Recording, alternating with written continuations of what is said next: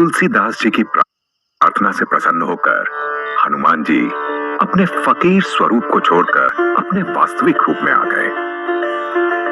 हनुमान जी को अपने समक्ष देखकर तुलसीदास जी की आंखों से अश्रुधारा बहने लगी और वे भाव विभोर होकर हनुमान जी के चरणों में गिर गए और अपनी भक्ति भावना को हनुमान जी के सामने व्यक्त करने लगे।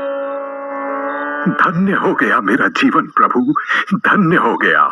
मुझे श्री राम के परम भक्त के दर्शन हो गए। मुझ जैसे तुच्छ प्राणी को आपने अपने दर्शन देकर कृतार्थ कर दिया। वहीं तुलसीदास को अपने चरणों से उठाते हुए हनुमान जी ने कहा, आपकी भक्ति भाव से हम प्रसन्न हुए तुलसी।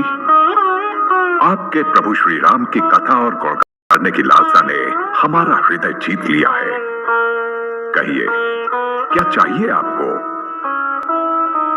हनुमान जी के मुख और ललाट के तेज को देखकर तुलसीदास कुछ संकोचवश हनुमान जी से बोले, हे महावीर, राम दुलारे हनुमान, हमें केवल एक बार प्रभु श्री राम के साक्षात दर्शन करा दीजिए, हमारा जीवन सफल हो जाएगा। तुलसीदास की परम आस्था और प्रेम से प्रसन्न होकर हनुमान जी उनकी ओर देखकर मुस्कुराने लगे और मंद मंद मुस्कुराते हुए हनुमान जी ने कहा, तुलसी, प्रभु श्री राम के दर्शन पाने के लिए आपको चित्रकूट आना होगा, परंतु उनसे मिलना इतना सरल नहीं है। प्रभु श्री राम से मिलने के लिए आपको परीक्षा देनी होगी। तुलसीदास ने हनुमान जी से उत्सुकता में कहा, श्री राम के दर्शन के लिए अगर हमें अपने प्राण भी त्यागने पड़े तो हम खुशी खुशी त्यागने को तैयार हैं हनुमंत। आप बस कहें कि हमें कैसी परीक्षा को पार करना होगा। तुलसीदास के प्रश्न पर हनुमान जी ने मुस्कुराते हुए कहा, तुलसी, आपकी परीक्षा यही है कि चित्रकूट में जहां प्रभु श्री राम आपसे मिलेंगे वहां वे स्वयं अपने वेश में नहीं होंगे। आपको उन्हें उनके छद्म वेश में स्वयं ही पहचानना होगा। एक प्रकार से यही आपकी अग्नि परीक्षा होगी उनसे भेंट करने के लिए। तुलसीदास ने हनुमान जी की बात सुनकर उनकी आज्ञा मानते हुए कहा, जी, जैसा आप कहें प्रभु, हम श्री राम जी के दर्शन के लिए हर बाधा को पार करेंगे। वहीं इस घटना के उपरांत अपने आराध्य श्री राम के दर्शन पाने की आस्था में तुलसीदास जी ने चित्रकूट के राम घाट पर अपना डेरा जमा लिया। एक दिन चित्रकूट के किसी मार्ग में तुलसीदास को दो सुंदर युवक घोड़े पर विराजमान नजर आए, जिन्हें देखकर तुलसीदास अपनी सुध-बुध खो बैठे। वहीं जब वे दोनों युवक उनके सामने से होकर चले गए, तब हनुमान जी वहां तुलसीदास के सम्मुख प्रकट हुए और उन्होंने उनसे कहा, तुलसी, आपने आज ये क्या किया? प्रभु श्री राम स्वयं यहां लक्ष्मण जी के साथ पधारे थे और आप उन्हें पहचानने की जगह उनकी आभा और स्वरूप पर मंत्रमुग्ध हो गए। हनुमान जी की इस बात को सुनकर तुलसीदास अपने आंखों से अश्रुधारा बहाने लगे और आंसुओं की बूंदें उनके मुख के तेज को मलिन करने लगी और विनीत स्वर में तुलसीदास जी ने कहा, इतना बड़ा अनर्थ हमसे कैसे हो गया प्रभु? हम कैसे अपने आराध्य को पहचान नहीं पाए? हमसे भारी भूल हो गई बजरंगबली। तुलसीदास को रोता देख हनुमान जी ने उन्हें संबल देते हुए कहा, अश्रुधारा न बहाइए तुलसी, मेरे संग प्रभु राम के गुण गाइए। राम राम जय राजा राम, राम राम जय सीता राम, राम राम जय राजा राम, राम राम जय सीता राम। जयकारा लगाते हुए हनुमान जी ने प्रभु श्री राम का नाम लिया। बोलो प्रभु श्री राम की जय। तभी तुलसीदास प्रसन्न होकर मुस्कुराए, पवन पुत्र हनुमान की जय। हनुमान जी ने तुलसी की ओर देखते हुए कहा, तुलसी, संबल रखिए, प्रभु श्री राम अवश्य आपको दर्शन देंगे। आपकी भक्ति निस्वार्थ है। आपके जैसे भक्तों के कारण ही संसार में भक्ति विद्यमान है। ये सुनकर तुलसी ने हनुमान जी की ओर देखते हुए कहा, प्रभु, हमारी भक्ति तो आपके समक्ष कुछ भी नहीं है। आपके जैसा परम राम भक्त संसार में कोई दूजा कहां। आपकी भक्ति के कारण ही दुनिया में राम भक्तों को इतनी श्रद्धा से देखा जाता है। श्री राम का नाम अपने नाम से जुड़ता सुनकर हनुमान जी के चेहरे का तेज और अत्यधिक चमत्कृत हो उठा एवं उनकी आभा पहले से भी अधिक प्रज्वलित नजर आने लगी। हनुमान जी ने तुलसीदास को ध्यान से देखते हुए कहा, तुलसी, अपने आराध्य श्री राम के प्रति आपका ये भक्ति भाव अत्यंत दुर्लभ है। जो भी भक्त स्वयं को श्री राम से जोड़ लेता है, उनकी भक्ति में लीन हो जाता है, वो संसार की हर बाधा को पार कर सकता है। तुलसीदास हनुमान जी की ये बात सुनकर मुस्कुराने लगते हैं और तुलसीदास ने हनुमान जी की ओर देखते हुए आगे कहा, प्रभु, बुरा न माने तो हम एक बात कहें आपसे। हमने दुस्साहस करते हुए आपके ऊपर संपूर्ण हनुमान चालीसा लिख तो दी है, परंतु हम आज भी आपके बारे में संपूर्ण रूप से जान नहीं पाए हैं और हमारे भीतर इतना सामर्थ्य भी नहीं है कि हम आपके विषय में जान भी पाएंगे। इसलिए हे केसरी नंदन, हे कपिश्रेष्ठ, हमारी आपसे विनती है, हमारे जैसे तुच्छ प्राणी को अपने गौरवशाली जीवन से अवगत कराएं। प्रभु, मेरी आपसे विनम्र विनती है कि अपने बचपन के बारे में हमें अवगत करवाएं। अगर आपकी आज्ञा हो तो हमें शुरुआत से लेकर सब कुछ विस्तार से जानना है आपके बारे में।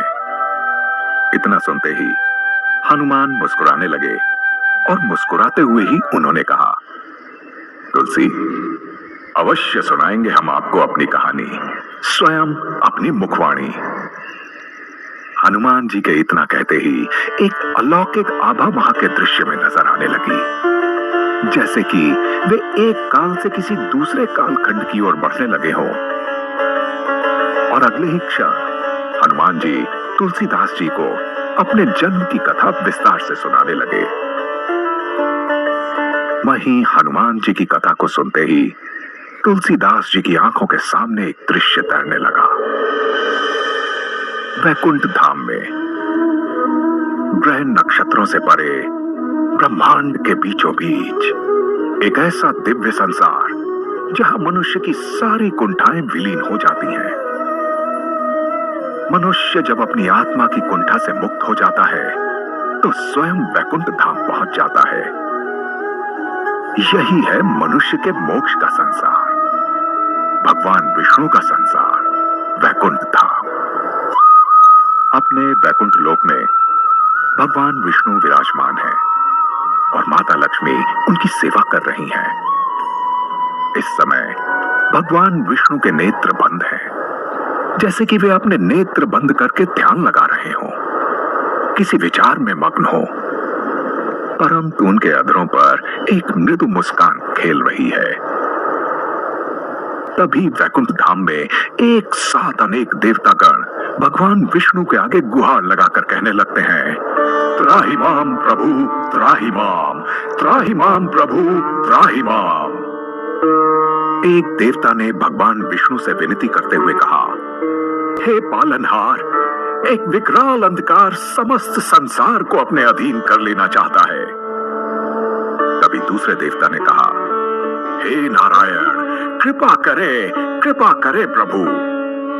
एक बलशाली राक्षस ने तीनों लोकों पर अपना आधिपत्य जमा लिया है, जिससे संसार के सभी मानव जाति समेत जीव जंतुओं में हाहाकार मचा है। देवताओं के विनती भरे शब्द सुनकर भगवान विष्णु के नेत्र खुल गए और उन्होंने सेवा कर रही मां लक्ष्मी को रुक जाने का संकेत दिया। नारायण नारायण। तभी एक दिव्य रोशनी के रूप में वैकुंठ धाम में समस्त देवी देवताओं के सम्मुख नारद मुनि प्रकट हो उठे और भगवान विष्णु के समक्ष जाकर प्रणाम करते हुए उन्होंने कहा, हे नारायण, प्रणाम। धरती लोक पर पाप पुनः अपने पैर पसार रहा है। प्रभु, यदि शीघ्र कोई उपाय नहीं किया गया तो पृथ्वी का अंत सुनिश्चित है। कृपा करो पालनहार। वहीं अब तक मंद मंद मुस्कुराते विष्णु के चेहरे पर एक विचित्र भाव प्रतीत होने लगता है और वो अपनी इच्छा शक्ति से स्मरण करते हुए वैकुंठ धाम में ब्रह्मदेव का आह्वान करते हैं। और देखते ही देखते वहां ब्रह्मदेव भगवान विष्णु के समक्ष प्रकट हो जाते हैं और भगवान विष्णु को ब्रह्मदेव कहते हैं, प्रणाम प्रभु। भगवान विष्णु ने भी ब्रह्मदेव को प्रणाम किया और उनके यहां वैकुंठ धाम में आह्वान करने का कारण बताया।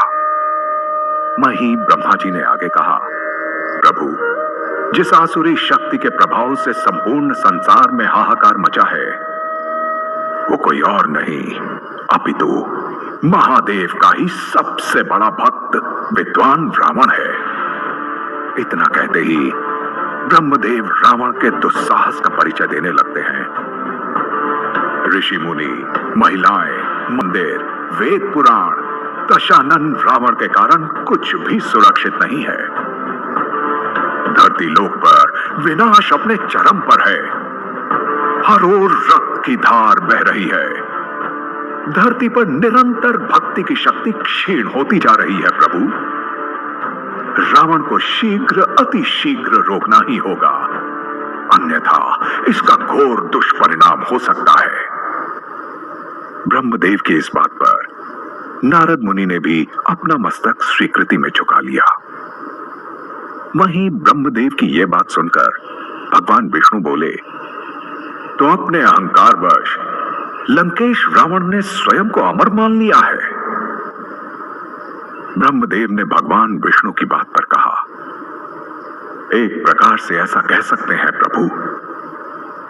और थोड़ा रुककर ब्रह्मदेव ने आगे कहा, मैंने स्वयं उसे वरदान दिया है, न उसे देवी देवता मार सकते हैं और न ही दानव, न पशु, न किन्नर और न ही गंधर्व। तभी मुस्कुराते हुए भगवान विष्णु ने कहा, और मनुष्य ब्रह्मदेव। मनुष्य का नाम सुनकर ब्रह्मदेव के साथ साथ वहां उपस्थित समस्त देवतागण और नारद मुनि भी चौंक उठे। ब्रह्मदेव ने भगवान विष्णु से कहा, रावण ने वरदान मांगते समय मनुष्य का कोई उल्लेख नहीं किया था प्रभु, क्योंकि उसने सोचा कि मनुष्य के हाथों उसकी मृत्यु होना असंभव है। तभी भगवान विष्णु ने तेजस्वी मुस्कान के साथ ब्रह्मदेव से पूछा, और आपको क्या लगता है ब्रह्मदेव? ब्रह्मदेव भगवान विष्णु के कहने का तात्पर्य समझ नहीं पाए। वहीं आगे भगवान विष्णु ने स्वयं कहा, अधर्मी कितना भी चतुर क्यों ना हो जाए, परंतु सृष्टि के विधाता उस अधर्मी के विनाश के लिए कोई ना कोई मार्ग अवश्य छोड़ते हैं। भगवान विष्णु की यह बात सुनकर नारद मुनि नारायण नारायण का जाप करते हुए बोल पड़े, बिल्कुल सत्य है प्रभु, बिल्कुल सत्य है। वहीं ब्रह्मदेव समेत सभी देवतागण भगवान विष्णु की ओर देखने लगे। भगवान विष्णु ने मुस्कुराते हुए आगे ब्रह्मदेव से कहा, रावण के विनाश का कारण मेरा ही मानव अवतार होगा, मेरा राम स्वरूप। राम राम जय राजा राम, राम राम जय सीता राम। कैलाश पर्वत पर अपने निवास स्थान कैलाश पर शिव शंभु आराधना में लीन है एवं उनके सम्मुख माता पार्वती भी बैठी हुई हैं और अपने स्वामी को देख रही हैं। और वहीं भगवान विष्णु की बात जैसे वैकुंठ धाम से होते हुए स्वयं महादेव के भी कानों तक पहुंच गई और महादेव ने अपनी बंद आंखों से ही राम नाम का जाप शुरू कर दिया और उनकी ये ध्वनि समस्त संसार में गूंज की लहर की तरह बह उठी। राम राम राम राम कैलाश पर्वत में जैसे एक अलग ठहराव आ गया। अपने स्वामी को आराधना में लीन देख माता पार्वती ने महादेव से कहा, स्वामी, आपके मुख से राम का नाम, ये राम कौन है प्रभु? राम का नाम सुनकर महादेव ने अपने नेत्रों को खोलते हुए कहा, देवी, जो सृष्टि के कण कण में विराजमान है, जिनके नाम लेने मात्र से ही सारे दुख पीड़ा मिट जाते हैं, जिनकी इच्छा के विरुद्ध इस संसार में कुछ भी संभव नहीं है, वो है प्रभु राम। अपने स्वामी के मुख से ये सुनकर माता पार्वती श्री राम के बारे में और अधिक जानने के लिए व्याकुल हो उठी। वहीं महादेव ने आगे कहा, राम वो निराकार शक्ति है जो मनुष्य में है, वानर में है, देवों में है, दानवों में है, हर स्थान में समाहित है राम। राम इस ब्रह्मांड का वो परम सत्य है जो ब्रह्मा बनके इस सृष्टि के रचयिता हैं, विष्णु बनके पालनहार और शिव बनके संहारक। अपने स्वामी की इन बातों को सुनकर माता पार्वती ने कहा, परंतु महादेव, इस परम शक्ति को आज आपके द्वारा वर्णित करने का कारण क्या है? शिव ने कहा, कारण यह है देवी कि उस निराकार शक्ति राम के साकार रूप में जन्म लेने का समय आ गया है और इस अलौकिक रचना में हम एक महत्वपूर्ण योगदान करने जा रहे हैं। आगे मुस्कुराते हुए महादेव ने कहा, देवी, आप तनिक धैर्य रखिए और आनंद उठाइए श्री राम की लीला का। वैकुंठ धाम में ब्रह्मदेव के साथ साथ नारद मुनि और देवता गणों ने भगवान विष्णु को प्रणाम किया और नारद मुनि के साथ सभी देवतागण वैकुंठ धाम से प्रस्थान कर गए। केवल ब्रह्मदेव वहीं रुके रहे। वहीं भगवान विष्णु ने कुछ सोचते हुए आगे कहा, ब्रह्मदेव, मैंने मनुष्य रूप में अवतार लेने का निर्णय तो ले लिया है, परंतु रावण का वध करने के लिए मेरे मनुष्य अवतार को कुछ ऐसे कार्य करने होंगे जो एक साधारण मनुष्य के लिए संभव नहीं है। इसलिए मुझे सहायक के रूप में एक महाशक्ति की आवश्यकता होगी जिसका ब्रह्मांड में कोई तोड़ ना हो।